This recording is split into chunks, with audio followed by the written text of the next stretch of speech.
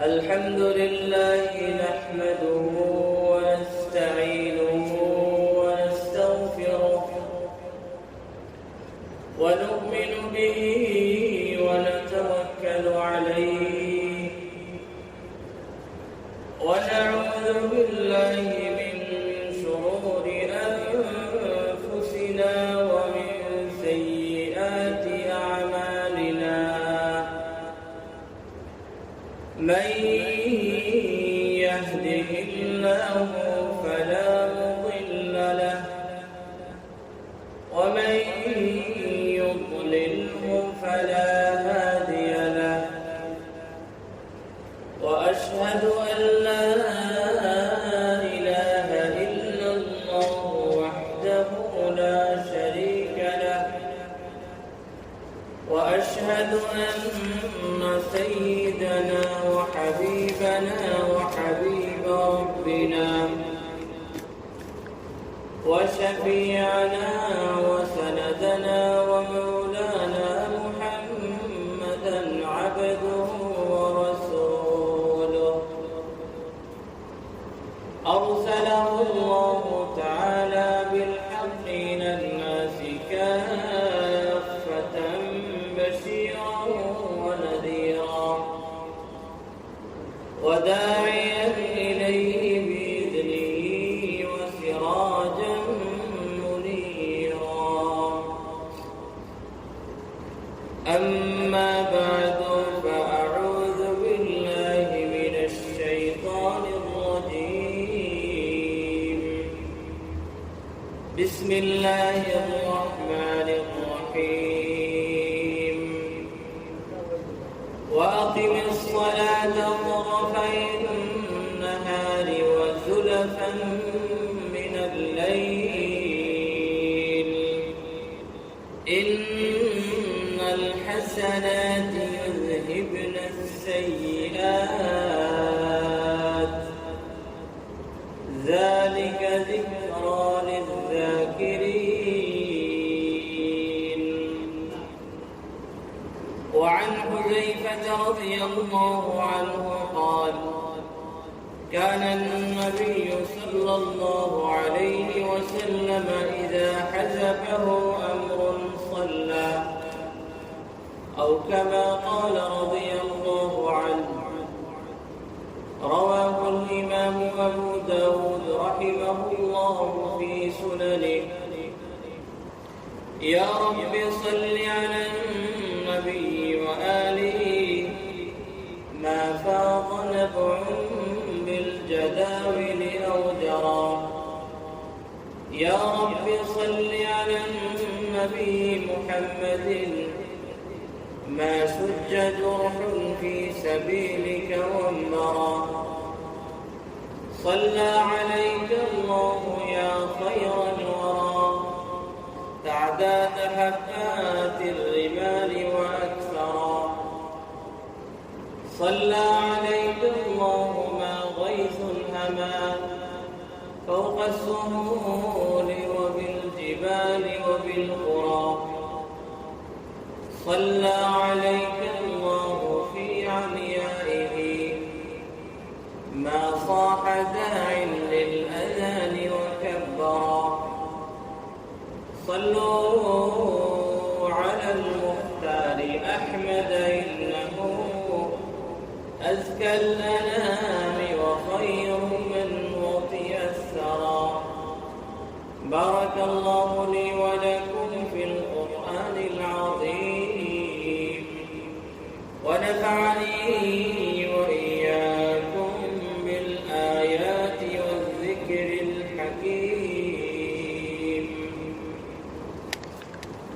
صلى الله على سيدنا ومولانا محمد وعلى آله وأصحابه وسلم صلى الله على سيدنا ومولانا محمد وعلى آله وأصحابه وسلم صلى الله على سيدنا ومولانا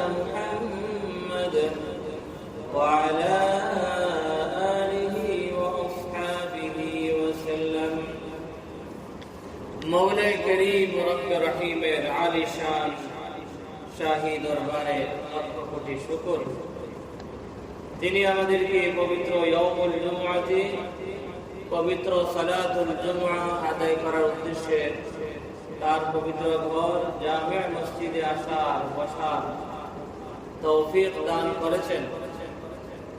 সেজন্য আমরা সবাই বলি আলহামদুলিল্লাহ। ইকামতুস সালাত, নামাজ কায়েম করা, যথাযথভাবে যথাসময়ে নামাজের ফরজ এবং ওয়াজিব সুন্নাত সবগুলো বজায় রেখে ঠিক সময়ে নামাজ আদায় করা, এটা অত্যন্ত ফজিলতপূর্ণ মর্যাদাপূর্ণ কাজ, অত্যন্ত গুরুত্বপূর্ণ কাজ। গত সপ্তাহে আমরা নামাজের আহমিয়ত এবং ফজিলত সম্পর্কে, গুরুত্ব সম্পর্কে কিছু আলোচনা করেছিলাম, শুনেছিলাম। আজকে আমরা দেখব নামাজ পড়লে আমাদের কি লাভ হলো, নামাজ না পড়লে আমাদের কি ক্ষতি হবে।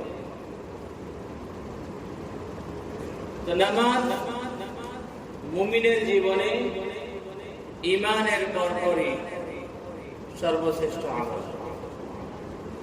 যদি আমরা নামাজ ঠিকমতো আদায় করি তাহলে আমরা কাল কিয়ামতের দিন আল্লাহ সুবহানাহু ওয়া তাআলার দরবারে আমরা আমাদের ঈমানের উপর একটি দলিল এবং ডকুমেন্ট হিসাবে নামাজকে আমরা পেশ করতে পারব।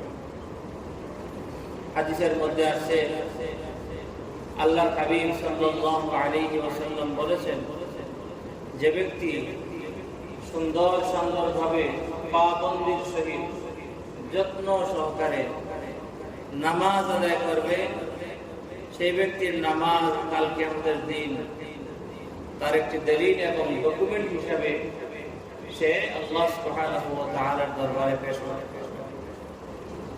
সুতরাং নামাজ যদি আমরা ঠিকমতো আদায় করি, নামাজটা হচ্ছে ঈমানের সত্যতার একটা ডকুমেন্ট। আমি যে একজন মুমিন, আমি যে একজন মুসলিম, আমি যে মুসলমান, আমি আল্লাহর মুমিন বান্দা, এটা তো ঈমান হচ্ছে দিলের বিষয়, অন্তরের বিষয়। ঈমান, আকীদা, বিশ্বাস, এটা দেখা যায় না, কিন্তু ঈমানের ক্ষেত্রে আমি কতটুকু আমি সঠিক, তার বড় ধরনের প্রমাণ হচ্ছে ইকামতুস সালাত। বড় ধরনের প্রমাণ হচ্ছে ব্যক্তি যথাসময়ে যথাযথভাবে নামাজ আদায় করে, নামাজ যত্ন সহকারে আদায় করে। সুতরাং আমি যদি নামাজ ঠিকঠাক মতো আদায় করি, নামাজের হেফাজত করি, যত্ন সহকারে পাবন্দির সহিত যদি আমি নামাজ আদায় করি, তাহলে আমার ঈমানের পক্ষে একটা দলিল, ঈমানের পক্ষে একটা ডকুমেন্ট আমার তৈরি হবে।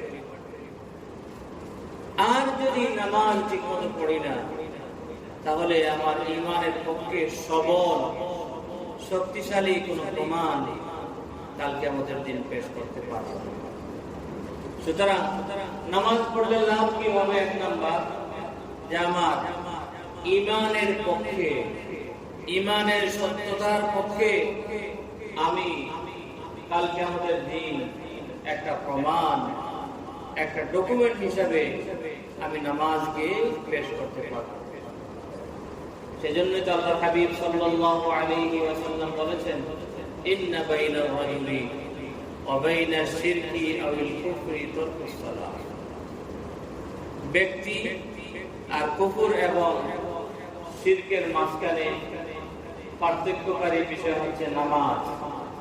ব্যক্তি নামাজ পড়লে সে তার ঈমানের পক্ষে ডকুমেন্ট পেশ করতে পারবে, প্রমাণ পেশ করতে পারবে।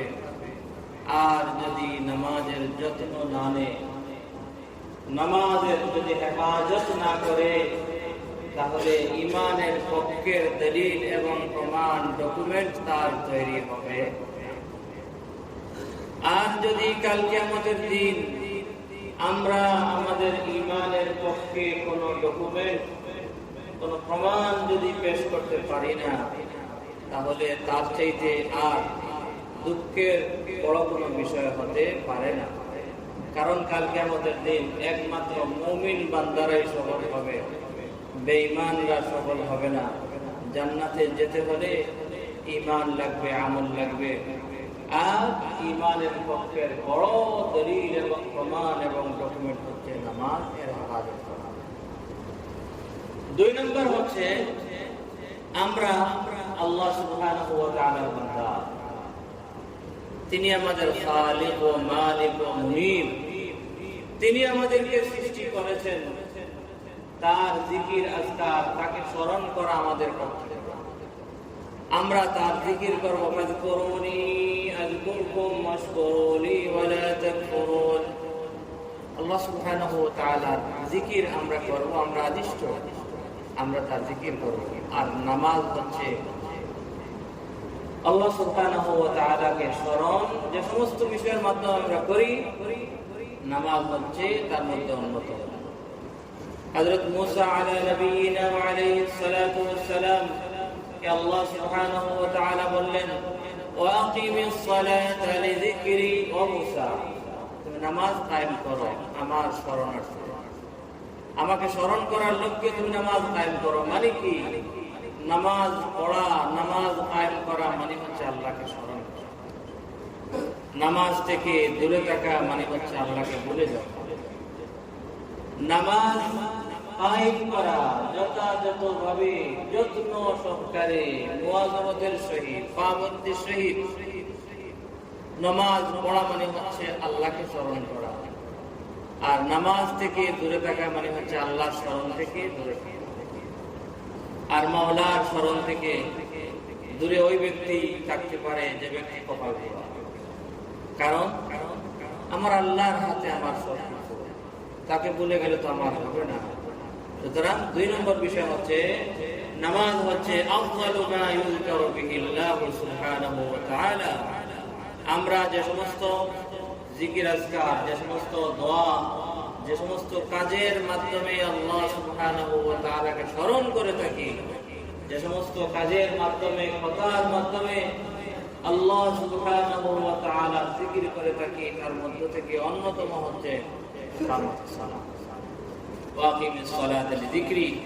নামাজ যত বেশি আদায় করবেন তত আল্লাহ সুবহানাহু ওয়া তাআলা জিকির আপনি তত বেশি আদায় করবেন। নামাজ দেখেন, নামাজের শুরু থেকে শেষ পর্যন্ত পুরোটাই আল্লাহর জিকির, আল্লাহর তাসবিহ, আল্লাহর বরত্বের বর্ণনা, আল্লাহর কালামের তিলাওয়াত।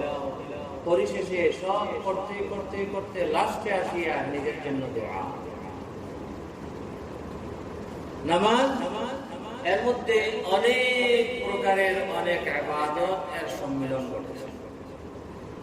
সর্বপ্রথম নিয়ত করলাম, নিয়ত করে আমি আমার বডিকে তো সর্বপ্রথম আমি আমার বডিকে তো কিবলামুখী করলাম, বাইতুল্লাহ শরীফমুখী করলাম। কারণ কিবলামুখী না হলে কিন্তু নামাজই হয় না, ঠিক না? এরপরে যখন নিয়ত করলাম আমার দিলটাকে আল্লাহমুখী করে দিলাম। বডিকে কিবলামুখী করে, বডিকে কাবামুখী করে, দিল দিয়ে নিয়ত করে, নিজের দিলকে আল্লাহ সুবহানাহু ওয়া তাআলা মুখী করে, তারপর বললাম আল্লাহু আকবার। আল্লাহ মহান। যত কিছু আছে